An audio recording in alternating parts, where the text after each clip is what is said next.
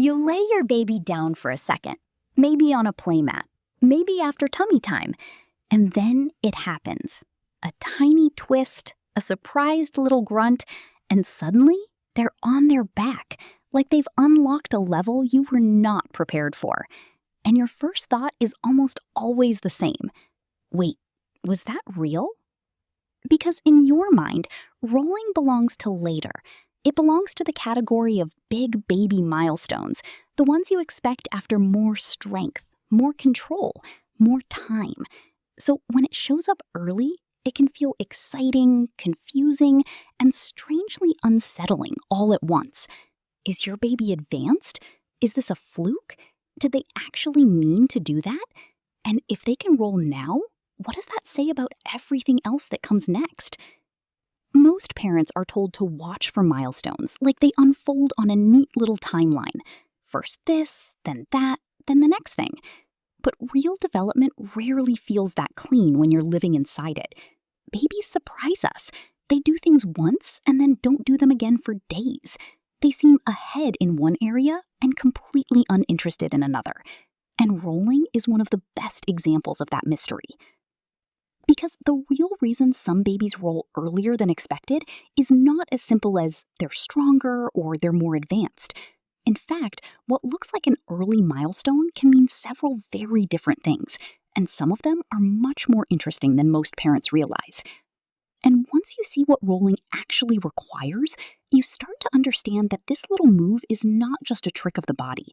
It's a whole conversation between muscles, motivation, gravity, and the baby brain, which is exactly why the common explanation sounds right at first, but misses the deeper story. The usual explanation goes like this. Some babies roll early because they're just ahead.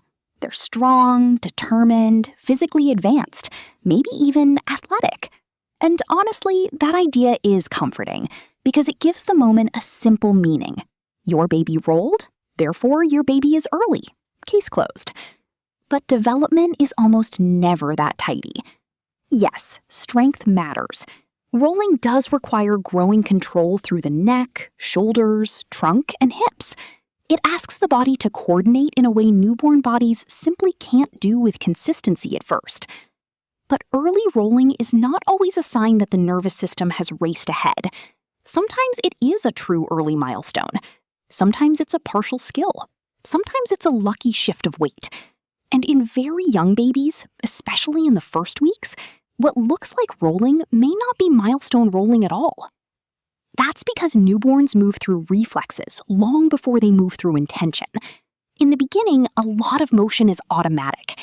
Their bodies are still carrying patterns from life curled in the womb. So a tiny newborn who suddenly flips to the side may not be demonstrating controlled rolling in the way parents imagine. It may simply be the body unfolding, arching, or shifting with gravity. And even when the rolling is real, the meaning is still more layered than advanced baby. Some babies get more floor time. Some hate being stuck in one position and push harder to change it. Some have body proportions that make one direction easier. Some discover the movement almost by accident and then repeat it because now they know it exists. So the better question is not, is my baby ahead? The better question is, what conditions made this movement possible right now? Because once we ask that, the science gets much more fascinating. Rolling is one of those milestones that looks simple from the outside and turns out to be incredibly complex once you zoom in. To an adult, it's nothing. To a baby, it's a full-body engineering problem. To roll, a baby has to organize their head, shoulders, trunk, pelvis, and legs into a coordinated sequence. They have to shift weight. They have to manage gravity. They have to generate enough force to tip the body off-center and then control what happens next. That means rolling is not just about one strong muscle group. It's about timing, balance, posture, and the ability to link the two sides of the body in a smooth pattern.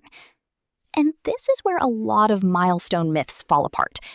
Developmental science has shown again and again that motor skills do not appear only because the brain reaches a certain age on a hidden schedule. They emerge from interaction. The brain matters, of course, but so do the baby's body proportions, muscle strength, sensory systems, opportunities to practice, and even the surface they're on. In other words, babies do not unlock rolling like a software update on the same exact day. They build toward it from many directions at once. That's why tummy time matters so much, not because it forces a milestone, but because it gives babies the chance to push, lift, twist, tire, try again, and gradually learn what their body can do against gravity. That repeated experience strengthens the trunk and shoulders, but it also teaches the baby something even more important: how movement changes the world around them. A baby who spends time on the floor learning to rock, kick, pivot, and push is not just getting stronger. They're collecting body knowledge. They're learning, if I turn my head, my weight shifts. If I push here, my torso follows. If I get frustrated enough, I might actually get somewhere. And that brings us to the part most parents never hear.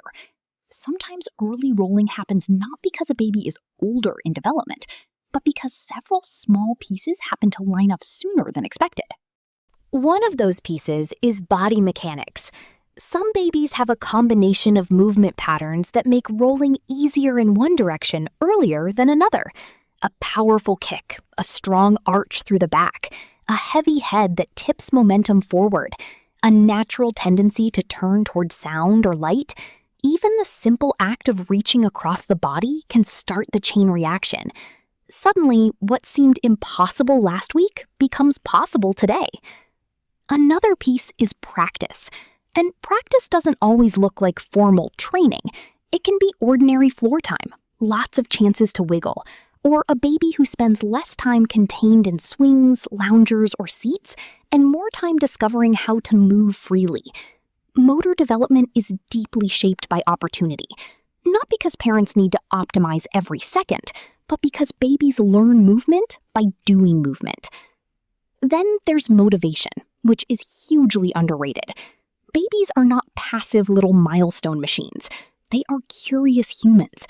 A face, a voice, a toy just out of reach, or the pure frustration of being stuck can change how hard they try.